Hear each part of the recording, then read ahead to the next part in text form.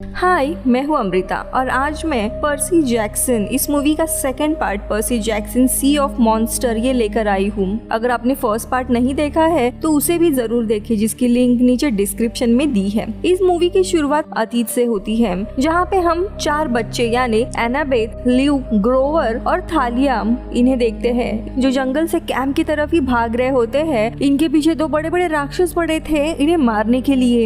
इनका बचना मुमकिन नहीं था, इसीलिए इनकी दोस्त थालिया अपने तीनों दोस्तों की जान बचाने के लिए उन राक्षसों के सामने आ जाती है। अब यहाँ पे राक्षस उसे पकड़ लेते हैं और मार देते हैं। वही ये तीनों भी कैंप में आ जाते हैं। थालिया दरअसल गॉड ज़ूइस की बेटी होती है। अब यहाँ पे ज़ूइस उसे बचाने के लिए एक तरकीब ढूंढता है और थालिया को एक पेड़ बना देता है और उस पेड़ के आसपास एक अदृश्य सुरक्षा कवच भी लगा देता है, जिसके अंदर सिर्फ हाफ ब्लड ही जा सकते हैं। वो दरअसल ऐसा इसीलिए करते हैं ताकि कोई भी हाफ ब्लड बच्चे थालिया की तरह ना मारे जाए, और यही सुरक्षा कवच आगे चलकर कैंप की रक्षा करता था। अब कहानी आती है प्रेजेंट में, जहाँ पे ये कैंप उसी पेड़ के आसपास बना हुआ था।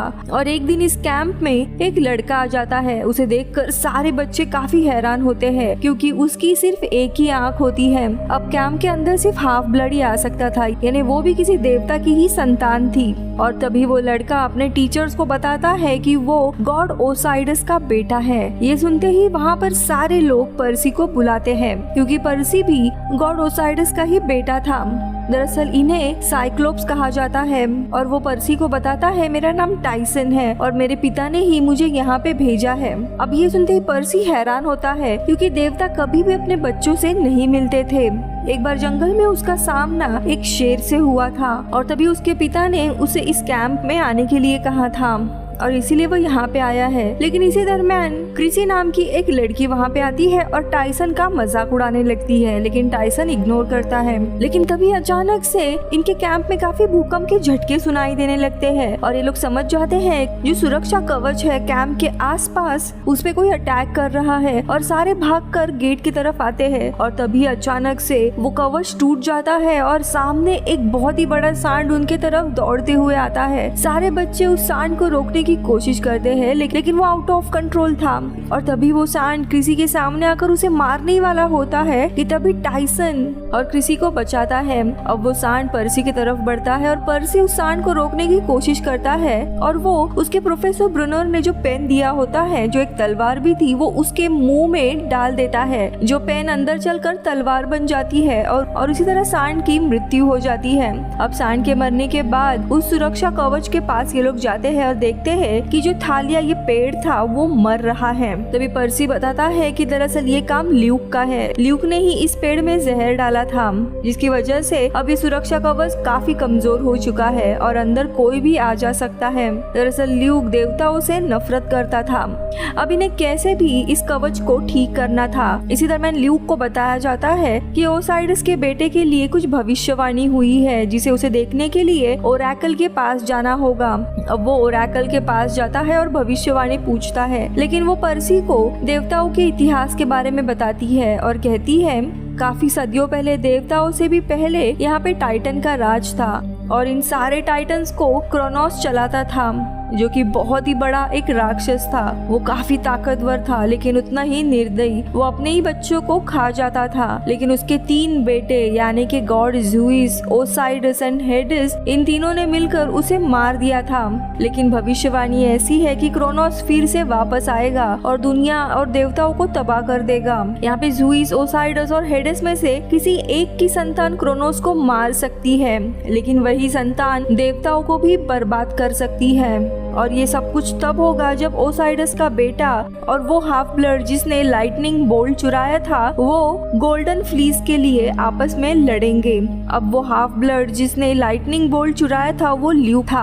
अब पर्सी ओरेकल की ये सारी बातें अपने प्रोफेसर ब्रनर को बताता है, जो कि उसके रक्षक थे। और तभी वो बताते हैं ओसाइडस के बेटे का जिक्र हुआ है और वो बेटा तुम ही हो, क्योंकि इन तीनों देवताओं के बच्चों में से सिर्फ तुम ही जिंदा हो। अब वही दूसरी जगह पे एनाबेथ थालिया के पेड़ को बचाने का रास्ता ढूंढ लेते हैं। वो ये होता है कि उन्हें गोल्डन फ्लीज लाना है और थालिया के पेड़ को लगाना है, जिससे वो पेड़ भी ठीक होगा, जिसके बाद सुरक्षा कवच भी अपने आप वापस से आ जाएगा। और ये बात वो अपने एक टीचर को बता देते हैं। लेकिन तभी मिस्टर डी कहते हैं कि जो गोल्डन फ्लीज है उसके पीछे जो भी गया है वो कभी भी वापस नहीं लौटा है, क्योंकि वो समुद्र की गहराइयों में है, जिसे इंसान बर्म्यूडा ट्रायंगल कहते हैं, जो कि काफी खतरनाक है। और एनाबेथ और ग्रोवर को वो वहाँ जाने से मना कर देते हैं। लेकिन इनके टीचर मिस्टर डी की ये चाल होती है और थोड़ी समय के बाद वो कैंप के सारे लोगों को इकट्ठा करते हैं और सबके सामने ऐलान कर देते हैं कि थालिया को बचाने का एक तरीका है, वो है गोल्डन फ्ली, और हमें कैसे भी गोल्डन फ्ली को हासिल करना होगा। दरअसल मिस्टर डी ये सबको दिखाना चाहते थे कि ये आइडिया उन्हीं का है। जिसके बाद वो सबसे घमंडी लड़की यानी क्रिसी को गोल्डन फ्लीज लाने की जिम्मेदारी देते हैं। उसके बाद क्रिसी अपने लोगों के साथ गोल्डन फ्लीज लाने के लिए निकल पड़ती है। अब यहाँ पे पर्सी, एनाबेथ और ग्रोवर भी गोल्डन फ्लीज लाने के लिए निकल पड़ते हैं, क्योंकि ओरेकल के भविष्यवाणी के अनुसार उसे ही देवताओं को अब बचाना था। और जब ये लोग जा रहे होते हैं तो टाइसन भी इनके साथ चलने के लिए कहता है। हालांकि एनाबेथ मना करती है, क्योंकि सालों पहले जो राक्षस इन चारों के पीछे पड़ा था, जिसके कारण थालिया की जान गई थी, वो राक्षस भी साइक्लोप्स ही थे। और इसी के कारण एनाबेथ टाइसन का गुस्सा कर रही थी। लेकिन ग्रोवर के कहने पर वो अपने साथ टाइसन को लेने के लिए मान जाती है। जिसके बाद ये लोग एक फ्लाइंग कार से वहाँ से फ्लोरिडा के लिए निकलते हैं। अब फ्लोरिडा आने के बाद आगे का रास्ता ये लोग देख रहे थे, तो वहीं दूसरी तरफ यहाँ पे ल्यूक और उसके लोग भी गोल्डन फ्लीज के पीछे थे और वो पर्सी के ऊपर भी नजर रखे होते हैं। और ल्यूक के लोग ग्रोवर को आकर अगवा कर लेते हैं। अब यहाँ पे एनाबेथ को पता होता है कि ल्यूक कहाँ मिलेगा, इसीलिए वो उसके पिता के पास चली जाती है, जो कि एक बहुत ही बड़े कुरियर सर्विसिंग कंपनी के ओनर थे। वहाँ पे एनाबेथ ल्यूक के पिता से पूछती है कि ल्यूक कहाँ पे है। अब उसके पिता भी ल्यूक से परेशान होते हैं, इसीलिए वो ल्यूक कहाँ पे है ये बताते हैं और साथ ही और उनके सफर के लिए एक मैजिकल टेप भी देते हैं और कहते हैं जहाँ पर भी तुम ये टेप लगाओगे वो जगह वो चीज गायब हो जाएगी। और एक बोतल देते हुए कहते हैं कि समुद्र के सफर में ये तुम्हें बहुत काम आएगी।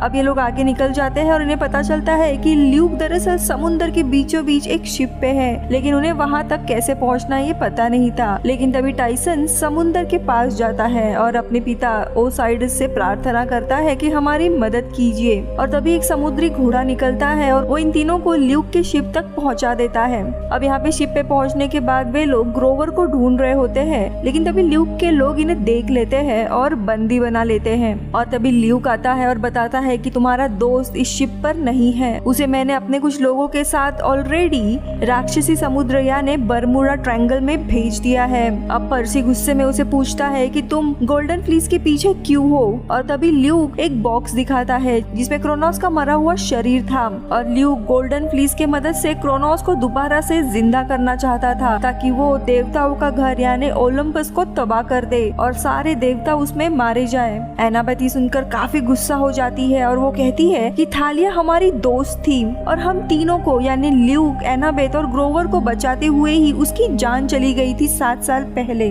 वो कहती है कि मैं गोल्डन फ्लीज लेकर उसे जिंदा करना चाहती हूँ, क्या तुम नहीं चाहते हमारी दोस्त वापस से जिंदा हो। तभी ल्यूक उसका मजाक उड़ाता है और कहता है उसे जिंदा करने की बात तुम तो मत करो, जिस राक्षस के कारण वो मारी गई थी वो साइक्लोप्स ही थे और आज तुम खुद एक साइक्लोप्स के साथ आई हुई हो। यहाँ पे वो टाइसन की बात कर रहा था और वो भी वहाँ से चला जाता है, जिसके बाद इन्हें जेल में डाला जाता है। लेकिन तभी पर्सी को उस मैजिकल टेप के बारे में याद आता है और वो टेप सलाखों को लगाता है, जिसके कारण ये सारी सलाखें गायब हो जाती है और ये सब लोग जेल से बाहर आते हैं और एक बोट से चुपके से बर्म्यूडा ट्रायंगल तक पहुँच जाते हैं। यहाँ पे बर्म्यूडा ट्रायंगल को राक्षसों का समुद्र कहा जाता था, क्योंकि यहाँ पे राक्षसों का राज था। यहाँ पे देवताओं की कोई भी शक्ति नहीं चलती थी। तभी हम देखते हैं इनकी बोट के चारों तरफ काफी सारे शार्क आने लगते हैं। ये दोनों भी अपने पिता को प्रार्थना करते हैं, लेकिन उनकी मदद यहाँ तक नहीं पहुँच पाती और इन्हें तभी एहसास होता है कि ये लोग राक्षसों के मुंह में जा रहे हैं और इनकी बोट उसके अंदर चली जाती है। अब ये सब राक्षस के पेट के अंदर आते हैं, जो कि बहुत ही बड़ा था और यही वो बर्म्यूडा ट्रायंगल चीज थी जहाँ पे सारी चीजें गायब हो जाती थी। तभी वहाँ पर उन्हें क्रिसी की शिप भी नजर आती है जो खुद भी समुद्री राक्षस के पेट में थी। अब बहुत जल्दी ये सारे लोग मरने वाले थे, लेकिन इससे पहले कि वो राक्षस इन सबको पेट के अगले हिस्से में डालता, पर्सी, टाइसन और एनाबेथ क्लैरी की शिप में आ जाते हैं और वो समुद्री राक्षस का पेट फाड़ कर बाहर निकल आते हैं, जहाँ से सीधे बाहर ये सारे लोग एक आइलैंड पे पहुंच जाते हैं और इसी आइलैंड पे गोल्डन फ्लीस था।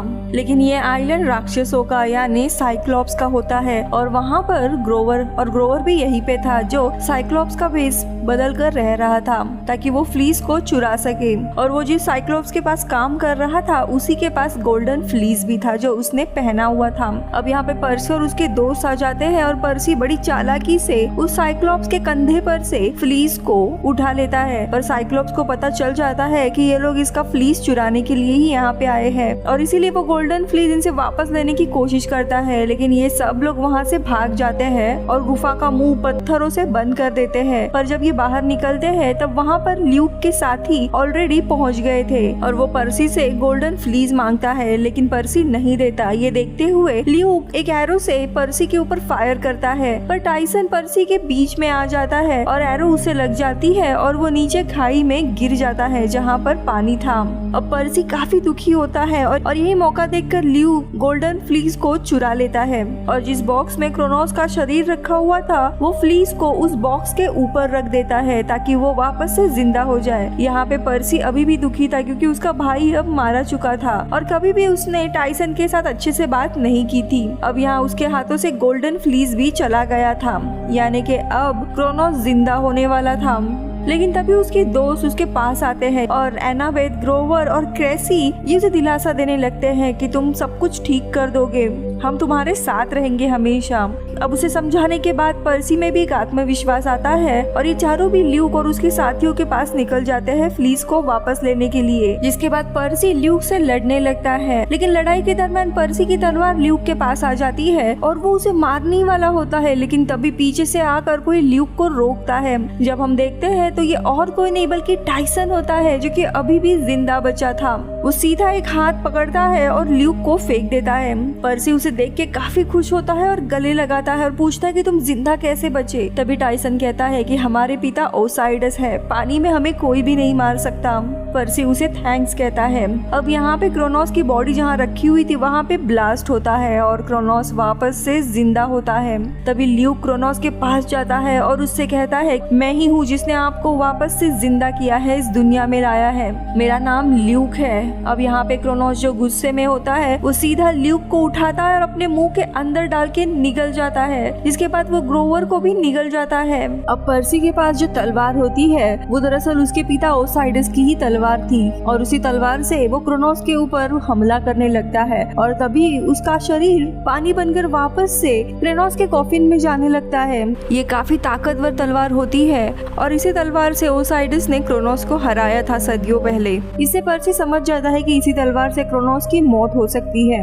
अब यहाँ पर्सी उस तलवार से क्रोनोस के सीने पर वार कर देता है। इसके कारण क्रोनोस का पूरा शरीर पानी बनकर वापस से उसी बॉक्स में चला जाता है जहाँ से वो आया था और ग्रोवर और ल्यूक भी उसके पेट से बाहर निकल आते हैं। लेकिन ल्यूक वहाँ से सीधा साइक्लॉप्स की गुफा में जाकर गिरता है और वो साइक्लॉप्स जिससे इन लोगों ने गोल्डन फ्लीस चुराया था वो उसको खा लेता है। तो वही हम बाहर देखते हैं, वहाँ पे ल्यूक का एक काफी खतरनाक क्रीचर भी होता है जो अपनी पूंछ से एनाबेथ को मार देता है, लेकिन क्रेसी उस क्रीचर की पूंछ काट देती है जिससे वो मारा जाता है। अब यहाँ पे एनाबेथ मारी चुकी थी लेकिन उसके ऊपर गोल्डन फ्लीस रखी जाती है जिससे वो दोबारा जिंदा होती है। एनाबेथ के जिंदा होने से सब काफी खुश होते हैं। अब वे लोग गोल्डन फ्लीस लेकर वापस से कैंप आ जाते हैं और जब वो फ्लीस थालिया के पेड़ पर रखा जाता है तो उसका पेड़ दोबारा से पूरा खिलने लगता है और साथ ही साथ जो सुरक्षा कवच रहता है वो भी फिर से बन जाता है।